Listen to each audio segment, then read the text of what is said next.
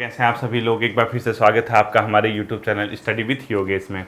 आपका जो crash course है उसका आज डे 28 है, यानी पहले मैंने आज मॉर्निंग में आपको जो क्लास दी थी विंसर ईयर बुक की, उसमें 2-3 फैक्टर आगे पीछे हो गए थे, यानी कि वो मुझसे ही गलती हो गई थी। फिर ऐसा होता है कि अगर कहीं पे अगर गलत हो गया तो फिर वीडियो हटाना ही फायदेमंद, क्योंकि 2-3 क्वेश्चन अगर कई बच्चे क्या होता है ना, कमेंट सेक्शन नहीं देखते हैं, कई बच्चे नए होते हैं उनको आइडिया नहीं आता तो वैसे ही नोट कर देते हो।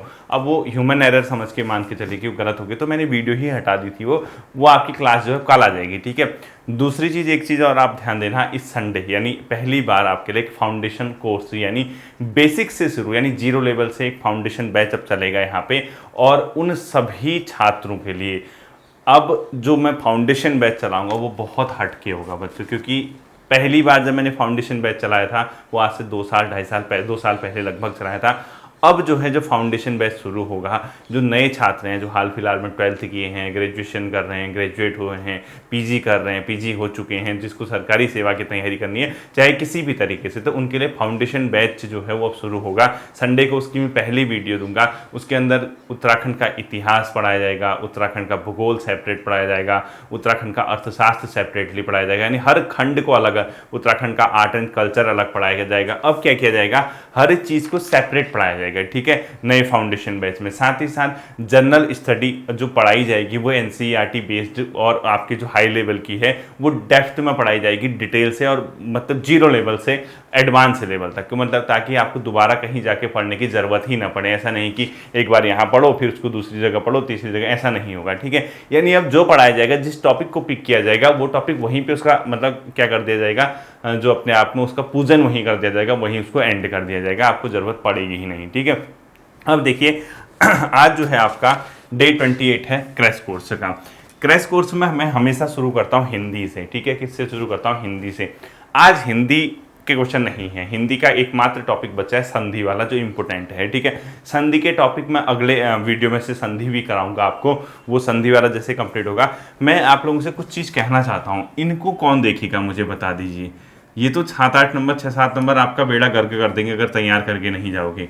विलोम, पर्यायवाची, ठीक है, मुहावरे, लोकोक्ति, इसके अलावा उपसर्ग और प्रत्यय, वाक्य शुद्धि, ठीक है, वाक्य शुद्ध करना, और इसके अलावा जो मतलब वो है अशुद्ध छांटना, अशुद्ध और शुद्ध शब्द, अशुद्ध और शुद्ध शब्द। बेसिकली ये 1 2 3 4 5 6 7 8 टॉपिक हैं, लगभग 5 से 6 नंबर, यानी 1-2 टॉपिक से नहीं भी आया तो हिंदी में आउट ऑफ 20 5 से 6 क्वेश्चन यहाँ से आने हैं, ठीक है। ये कौन तैयार करेगा और कब तैयार करेगा मुझे नहीं पता, आप क्या कर रहे होंगे घर पे बैठे हो। मैंने आपको विलोम शब्द तैयार करने का एक ट्रिक बताया था, बहुत अच्छा तरीका उसका बताया था। मैंने आपसे क्या कहा था, आपको बच्चों विलोम शब्द में क्या करना है, जो भी किताब आपके पास है, जिस किताब से भी आप पढ़ते हैं, उसमें आपको क्या करना है। देखिए आप पढ़ने लगे, आपने जैसे ही पढ़ा आपने ऐसे हाथ लगा दिया, इधर से पढ़ना शुरू किया, उसके विलोम क्या होते हैं, चलते रहिए चलते रहिए चलते रहिए, ऐसी जगह पे रुके जहां पे आप अटक गए तो उसको हाईलाइट कर दीजिए। यानी कहने का ये मतलब है, नेक्स्ट टाइम जब आप विलोम शब्द पढ़ोगे तो आपको वही पढ़ना है जो हाईलाइट किया है भाई। और क्यों?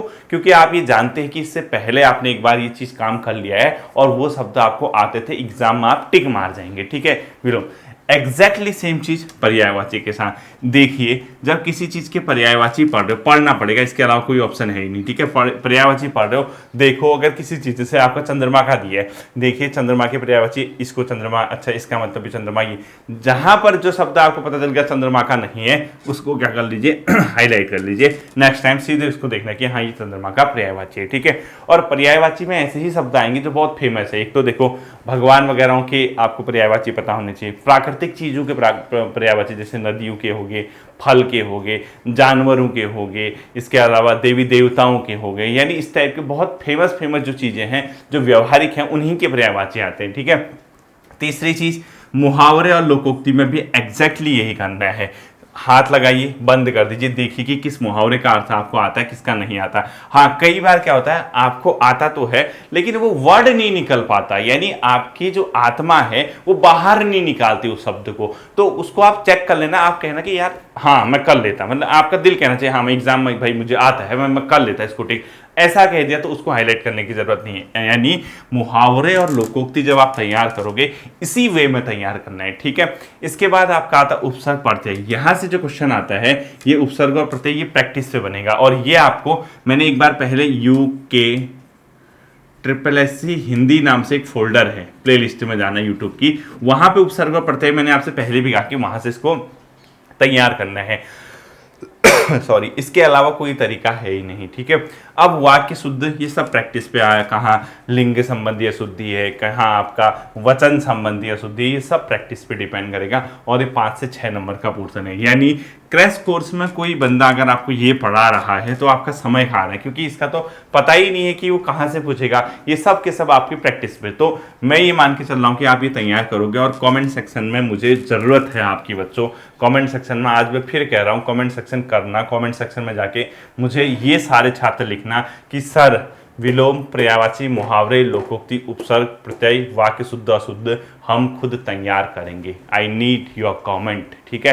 यानी मुझे आपकी कमेंट की ज़रूरत है, आपके कमेंट सेक्शन में जाके, ताकि मेरी आत्मा को भी शांति मिले। यही नहीं कि आपने पढ़ के आपकी आत्मा को शांति मिल गई, पढ़ाने वाले की आत्मा को भी क्या मिलनी चाहिए? शांति। हाँ, उसको ये लगना चाहिए कि उसके छात्र, अगर आप इतनी मेहनत कर रहे हैं तो वो अपने स्तर से ये सब चीज़ें तैयार करके रख रहे हैं, तो एक कॉन्फिडेंस मेरा भी जनरेट हो जाएगा। मुझे लगेगा कि क्रैश कोर्स में अगर 20 नंबर की हिंदी में 12-13-14 नंबर की हिंदी अगर मैंने करा रखी है, और उसमें से अगर आप 8 से 10 नंबर ले आते हैं, 5-6 नंबर की हिंदी आप तैयार करें, उसमें से 3-4 नंबर आप पहुंच जाते हैं, तो 13-14 नंबर अगर हिंदी में आते हैं तो वो सफिशियंट है। क्योंकि 20 नंबर की हिंदी में 20 तो कोई लाने वाला नहीं है, कुछ ऐसी चीज़ें पूछता है जो किसी को नहीं आते हैं, ठीक है। तो आप ये मत सोचना कि डे 28 में हिंदी नहीं पढ़ाई सर ने, यही हिंदी पढ़ाई है। अब आप अपने स्तर से इसको तैयार करोगे।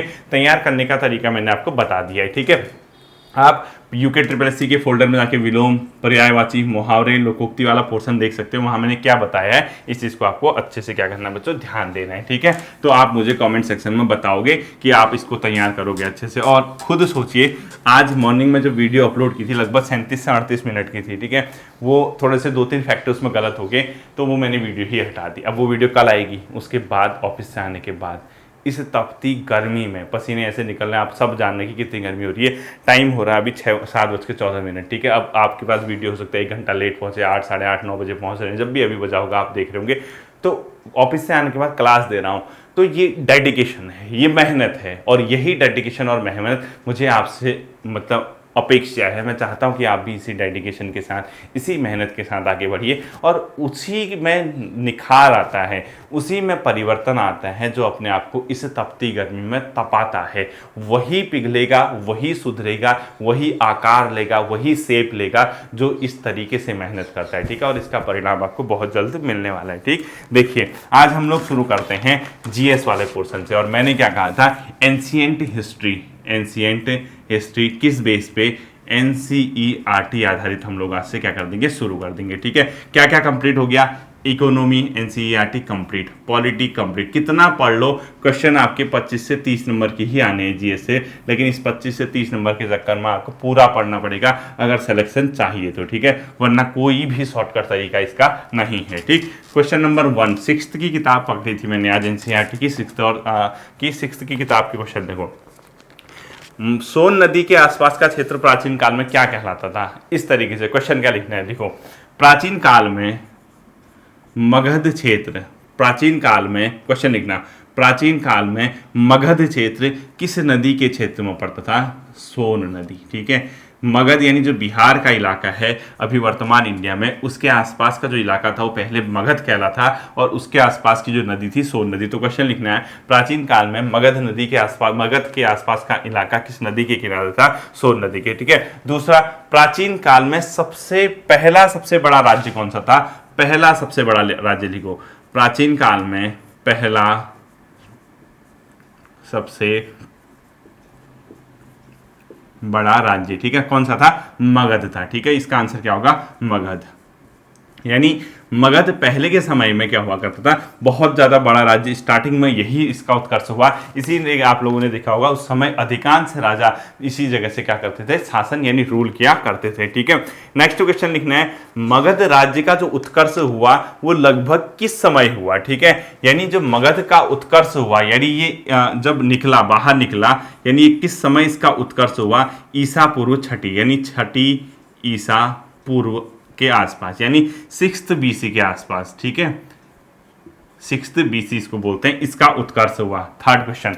फोर्थ क्वेश्चन, मगध राज्य का वास्तविक संस्थापक किसको माना जाता है? बिंबिसार को, यानी किस राजा को इसका वास्तविक संस्थापक माना जाता है? वास्तविक फैक्ट है बच्चों, और एनसीईआरटी हैं और आपका क्रैश कोर्स का हिस्सा है, ठीक है। मगध राज्य का वास्तविक संस्थापक माना जाता है बिंबिसार को, ठीक है। किसको माना जाता है? बिंबिसार एक राजा हुआ करता था जिसको इसका वास्तविक क्या माना जाता है? संस्थापक माना जाता है, ठीक है। इसी के साथ साथ यहाँ पर मगध का नाम आएगा तो अशोक का नाम आएगा ही आएगा। उसी 6th की किताब में अशोक से संबंधित क्वेश्चन लिखिए। अशोक का कांधार से प्राप्त अभिलेख किन लिपियों में लिखा गया है? लिखो, अशोक का कांधार अभिलेख, अशोक का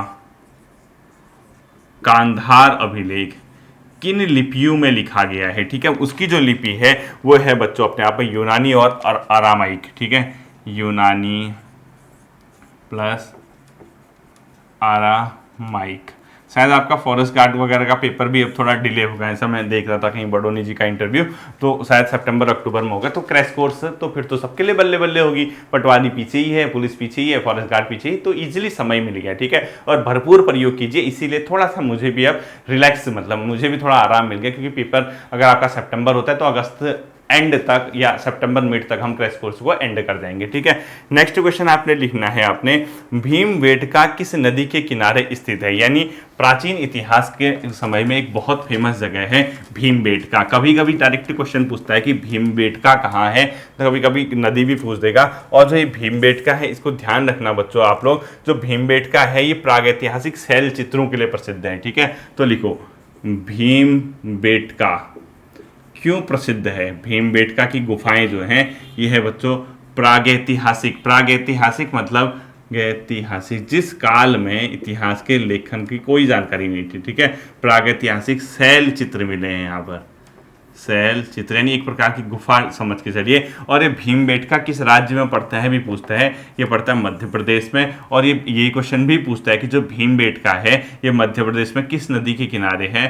नर्मदा नदी, नर्मदा नदी, ठीक है। भीमबेटका के बारे में भी आपको पता चल गया। नेक्स्ट क्वेश्चन आपने लिखना है यहाँ पे, हुगली और कुरनूल की गुफाएं कहाँ पर स्थित हैं, किस नदी के किनारे हैं? तो हुगली और कुरनूल की गुफाएं लिख लीजिए आप लोग, ये सब एनसीईआरटी में है, ठीक है। ये प्रागैतिहासिक इलाके हैं, हुगली प्लस कुरनूल की गुफाएं, कुरनूल की गुफाएं, कुरनूल होगा, कुरनूल की गुफाएं ये हैं बच्चों आंध्र प्रदेश के इलाके में, ठीक है, गुफाएं। और ये जो है अपने आप में ये है किस नदी के? तुंगभद्रा नदी के किनारे, ठीक है। तो इसके नीचे लिखो तुंगभद्रा नदी, तुंगभद्रा नदी के किनारे, ठीक है। बहुत समय लगता है एनसीईआरटी से क्वेश्चन ढूंढने में। नेक्स्ट क्वेश्चन लिखना है आपको, पुरापाषाण काल में पत्थर के औजार बनाए जाने के स्थान को क्या कहते थे? उद्योग स्थल, यानी पहले के समय में जब पत्थर के औजार बनाए जाते थे, जहां पर ये बनाए जाते थे उसको उद्योग स्थल कहा जाता था, ठीक है। तो क्वेश्चन लिखो, पुरापाषाण काल में पत्थर के औजार बनाने जाने के स्थान को क्या कहते थे? पत्थर के औजार बनाए जाने वाले स्थान को क्या कहते थे? उद्योग स्थल, उद्योग स्थल पूरा लिखना है आप लोग, ठीक है। पुरापाषाण काल में पत्थर के औजार बनाए जाने वाले स्थल को क्या कहते थे? उद्योग स्थल। नेक्स्ट क्वेश्चन लिखना है आपको, राख के अवशेष किस गुफा से मिले हैं प्राचीन काल में? राख के अवशेष ये मिले हैं बच्चों कुरनूल की गुफा, ठीक है, जो अभी बताया था मैंने आपको। कुरनूल गुफा से क्या मिले हैं? अपने आप में राख के अवशेष मिले हैं, ठीक है। अगला लिखना है आपको, अमरावती क्यों प्रसिद्ध है? यानी ये है स्तूपों के लिए, पहले के टाइम पे स्तूप बनाए जाते थे तो अमरावती इसीलिए जाना जाता था, ठीक है। अमरावती डैश स्तूप हेतु प्रसिद्ध, बौद्ध स्तूप, ये स्तूप सुने होंगे ना आपने, स्तूप हेतु प्रसिद्ध हुआ करता था, ठीक है। अमरावती क्यों जाना जाता था? स्तूप हेतु ये क्या था? प्रसिद्ध था। इसे शुंगकालीन या सातवाहनकालीन माना जाता है, इसके ब्रैकेट में लिखो शुंगकालीन या सातवाहन, शुंगकालीन या सातवाहनकालीन, शुंग ऑब्लिंग सातवाहन कालीन, इसको आप लोग क्या करेंगे, कंसीडर करेंगे। ठीक है, नेक्स्ट जो क्वेश्चन है, महापाषाण काल संबंधित है। एक टाइम पीरियड हुआ करता था दक्षिण भारत के जो इलाके से साउथ इंडिया में, वहाँ विशाल पाषाण खंडों की बनी समाधियाँ होती थी, यानी जहाँ पर डेड बॉडी वगैरह को दबाया जाता था या किया जाता था, बड़े बड़े पत्थर होते थे, उसको महापाषाण काल बोला जाता था। तो लिखो महापाषाण काल संबंधित है, महापाषाण काल संबंधित है, संबंधित है। तो लिखो दक्षिण भारत में बड़े बड़े पत्थरों, दक्षिण भारत में विशाल पाषाण खंडों की बनी समाधियां, विशाल पाषाण खंडों की बनी समाधियां, ठीक है, ये क्या कहलाती थी, अपने आप में एक प्रकार के महापाषाण कहा जाता था इसको। ठीक है, ये मोस्ट इंपोर्टेंट कर देना। नेक्स्ट लिखना आपको, काष्ठासम किसे कहते थे, अति प्राचीन लकड़ी जो सरूत होकर पत्थर बन जाती थी, सख्त होकर पत्थर बन जाती थी, उसको बोला जाता था काष्ठासम। ठीक है, देखो नेक्स्ट क्वेश्चन आपने जो लिखना है वो लिखना है क्या, काष्ठासम किसे कहा जाता था, यानी काष्ठास्म, ये कहा जाता था किसको, अति प्राचीन लकड़ी जो सख्त होकर पत्थर बन जाती थी। ठीक है, अब लिखो अति प्राचीन लकड़ी जो सख्त होकर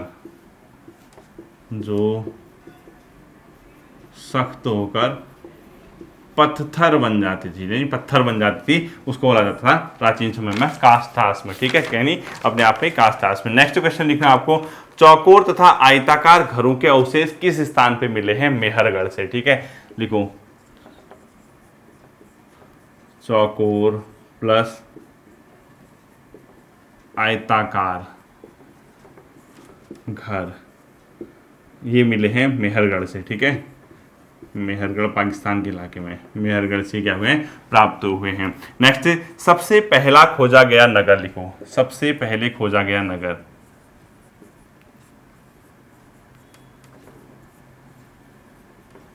सबसे पहले खोजा गया नगर जो था, ये अपने आप में क्या था,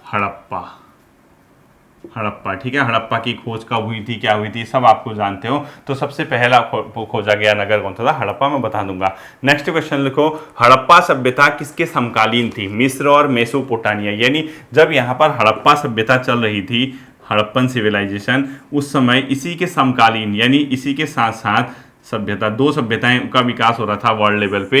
एक था मिस्र की सभ्यता और दूसरी थी मेसोपोटामिया,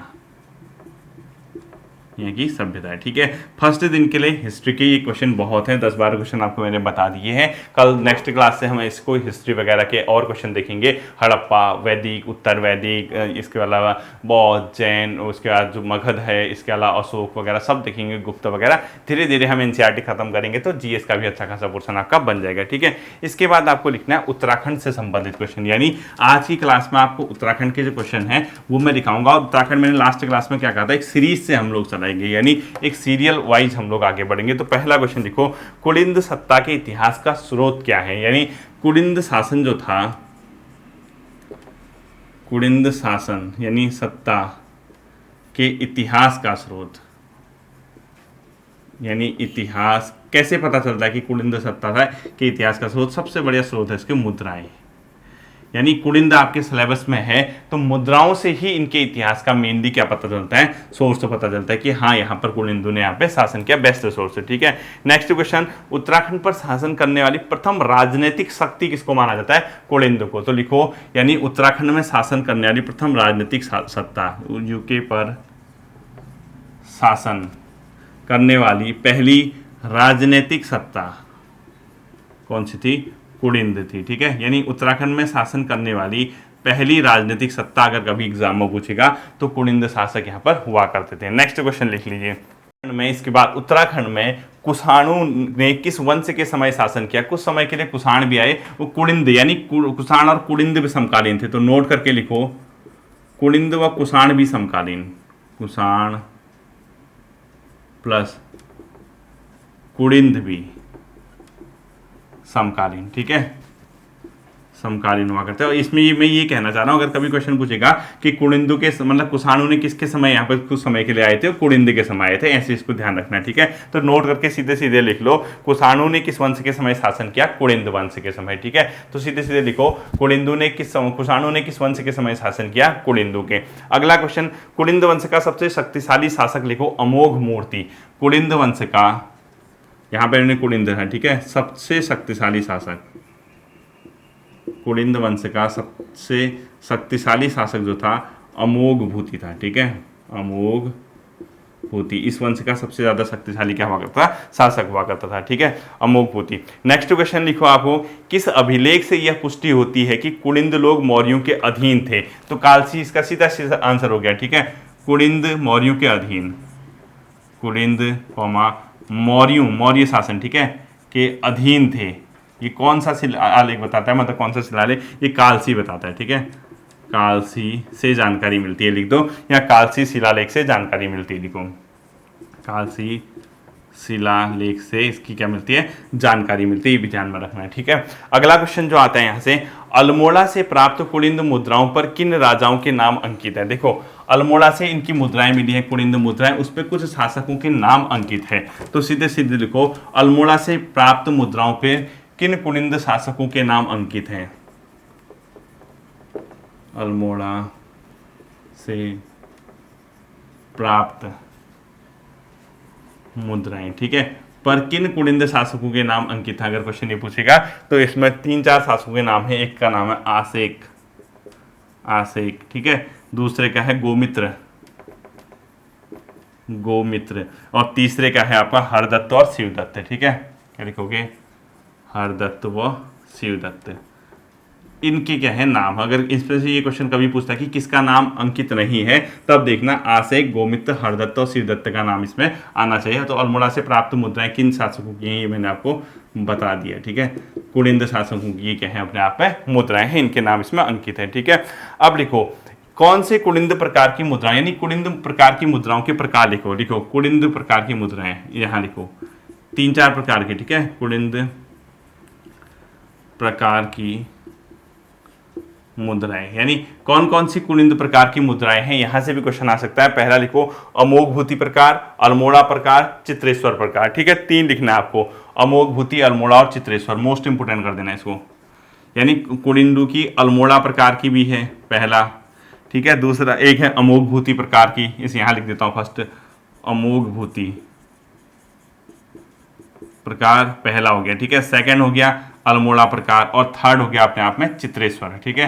क्या लिखोगे, चित्रेश्वर प्रकार की मुद्राएं। तो क्वेश्चन क्या आएगा कि इनमें से कौन सी एक कुनिंद प्रकार की मुद्रा नहीं है। तो अमोघ भूति, अल्मोड़ा और चित्रेश्वर, तीनों के नाम आपको याद रखना। और जो अमोघ भूति प्रकार है, अल्मोड़ा है, और इसके नाम, इसको अनाम प्रकार या शिव प्रकार भी बोला जाता है, ठीक है। जो चित्रेश्वर वाला है, इसके ब्रैकेट में लिखो अनाम प्रकार है, नाम नहीं है, या इसी को शिव प्रकार भी बोला जाता है, या शिव प्रकार लिख दो।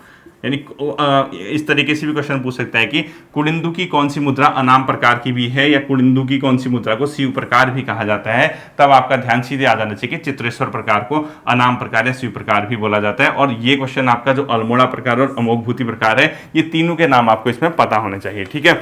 अगला लिखना है आपको, ये जो अमोघ भूति है, ये रजत और ताम्र मुद्राएं हैं इसकी, ठीक है। तो लिखो, अमोघ भूति के नीचे लिख दो आप लोग, रजत की भी है प्लस तांबे की भी, ठीक है। और इसमें जो लिपि है, किस लिपि में, इसमें कुछ ना कुछ लिखा गया होगा, ब्राह्मी, खरोष्टी अथवा मात्र ब्राह्मी, यानी ब्राह्मी और खरोष्टी में भी मिली है, ठीक है। ब्राह्मी, उसी के नीचे लिखना ब्राह्मी प्लस खरोष्टी लिपि, खरोष्टी लिपि इसमें ही मिली है, ठीक है। और कुछ तो ऐसी जो केवल ब्राह्मी में मिली हैं।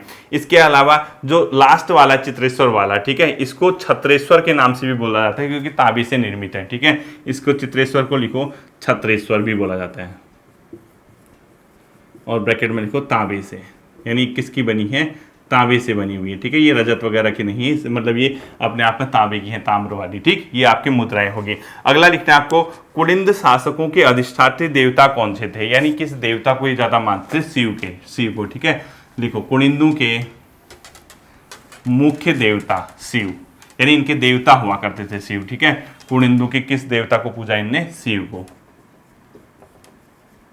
शिव को इन्होंने क्या हुआ, पूजा था। ठीक है, अगला लिखना है आपको, कुडिंदु के समकालीन यौधेय शासकों की मुद्राएं कहां से मिली है? जौनसार भाबर और कालो का डांडा। ठीक है, कुडिंदु के समकालीन, अगला क्वेश्चन लिखो, कुडिंद के समकालीन यौधेय शासकों की मुद्रा, यौधेय शासकों की मुद्रा कहां से प्राप्त हुई है? एक तो मिली है बच्चों जौनसार भाबर, जौनसार क्षेत्र। ठीक है, दूसरा मिली है पौड़ी के इलाके में, जिसको बोला जाता है अपने आप में कालो डांडा,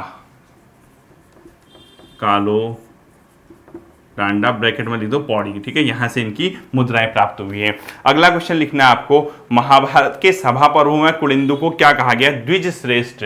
द्विज मतलब जो महान होता है। ठीक है, यानी द्विज श्रेष्ठ किसको कहा गया है? लिखो, द्विज श्रेष्ठ कहा गया है कुडिंदु को। और किसमें कहा गया है? महाभारत में। महाभारत के कौन से पर्वों में बताया मैंने आपको? ये कहा गया है सभा पर्वों में।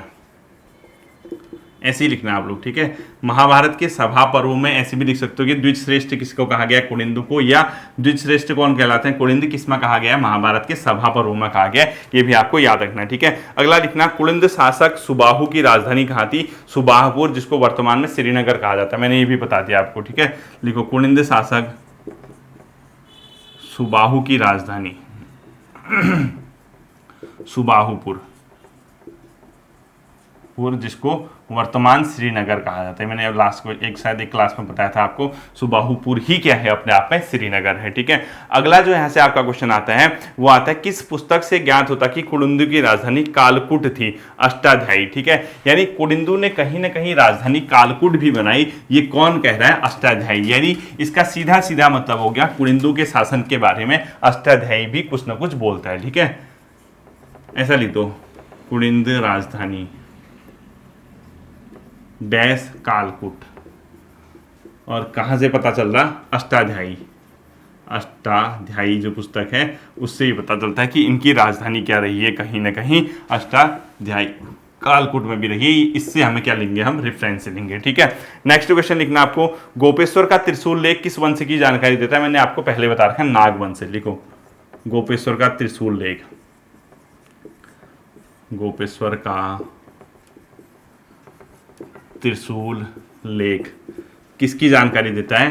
नागवंश की। ठीक है, ये क्वेश्चन भी आप लोग ध्यान रखना, मोस्ट इंपोर्टेंट है क्वेश्चन। गोपेश्वर का त्रिशूल लेख किसकी जानकारी देता है? नागवंश की। और इसमें जो नाग राजाओं का वर्णन है उसमें स्कंद नाग, विभु नाग, अंशु नाग और गणपति नाग। ठीक है, और सर्वाधिक शक्तिशाली किसको बनाया गया? गणपति नाग को। इसमें सर्वाधिक शक्तिशाली बताया गया। लिखो, सर्वाधिक शक्तिशाली। ठीक है, ये बताया गया गणपति नाग को, गणपति नाग को।